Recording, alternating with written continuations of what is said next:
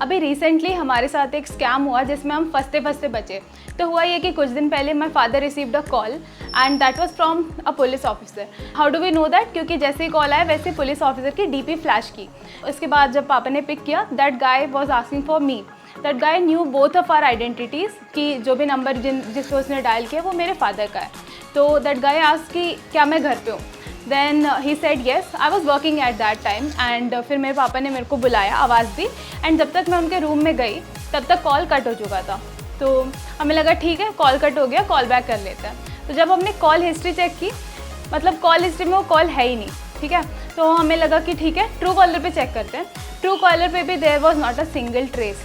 हमें बड़ा अजीब लगा कि ये क्या ही हुआ हमारे साथ। पहले कॉल आता है, उसके बाद कॉल का कोई ट्रेस ही नहीं है एंड आगे से भी उस आदमी ने कुछ भी नहीं बताया। Then I got to know that I am not the only one who receive this type of call. ऐसे बहुत सारे लोग हैं जिनको ऐसे कॉल्स आते हैं, ऐसे फ्रॉड कॉल्स आते हैं एंड बहुत लोग अपने पैसे भी गंवा देते हैं, अपने हज़ारों लाखों रुपए इन सब स्कैमर्स के चक्कर में गंवा देते हैं।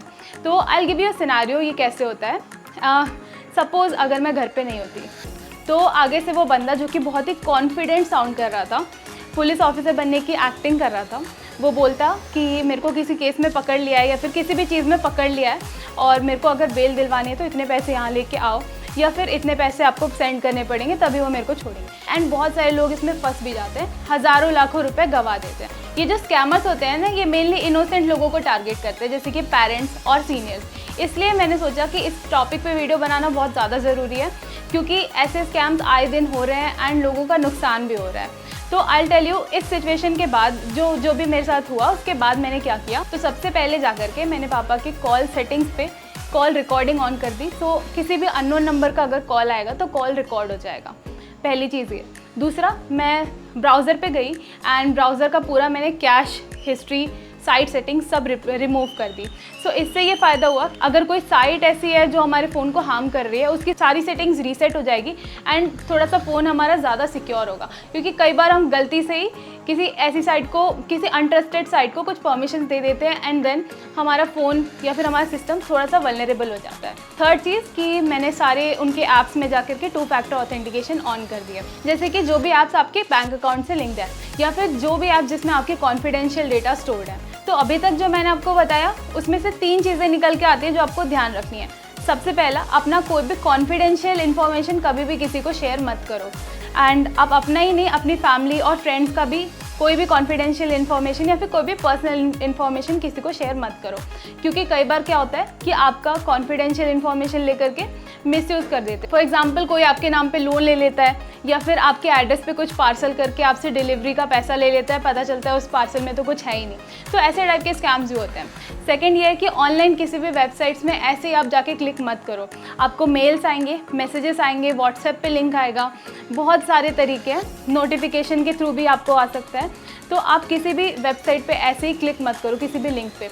एंड स्पेशली अगर वो लिंक HTTP है और HTTPS नहीं है तो आप उस पर बिल्कुल क्लिक मत करना। S stand for secured, website के किसी भी लिंक पे, ठीक है। एंड अगर आपको बहुत मन कर रहा है ओपन करने का तो आप इनकॉग्निटो पे ओपन कर सकते हो, अदरवाइज जस्ट अवॉइड इट।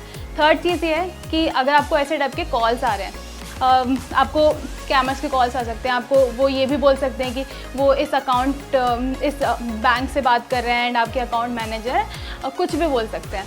कई बार तो ऐसा होता है कि ये लोग ऐसे रैंडमली लोगों को कॉल कर देते हैं एंड बोलते हैं आपका अकाउंट है, इसमें ये दिक्कत है, और फिर लोगों को रियलाइज़ हो जाता है क्योंकि उनका अकाउंट ही नहीं होता उस बैंक में। ऑब्वियसली ये सब स्कैम्स होते हैं एंड कुछ स्कैमर्स तो आगे से अकाउंट नंबर एंड पिन वगैरह मांगते हैं। तो ऐसे केस में तो स्पेशली आपको बहुत अलर्ट हो जाना चाहिए कि ये एक स्कैम कॉल है। एंड एक और चीज़, अगर आपको ऐसे किसी अननोन नंबर का कॉल आए तो ट्राई करना कि आप 15 सेकेंड से ज़्यादा बात मत करो, क्योंकि 15 सेकेंड से ज़्यादा बात करने पे आपकी लोकेशन ट्रैक हो सकती है, जो कि अगेन आपके लिए डेंजरस हो सकता है। एंड टू बी सेफ, आप मेक श्योर करो कि आपके जितने भी सोशल मीडिया अकाउंट्स हैं और आपके बैंक अकाउंट से लिंक्ड ऐप्स हैं उन सब में आप 2 फैक्टर ऑथेंटिकेशन एनेबल करके रखो।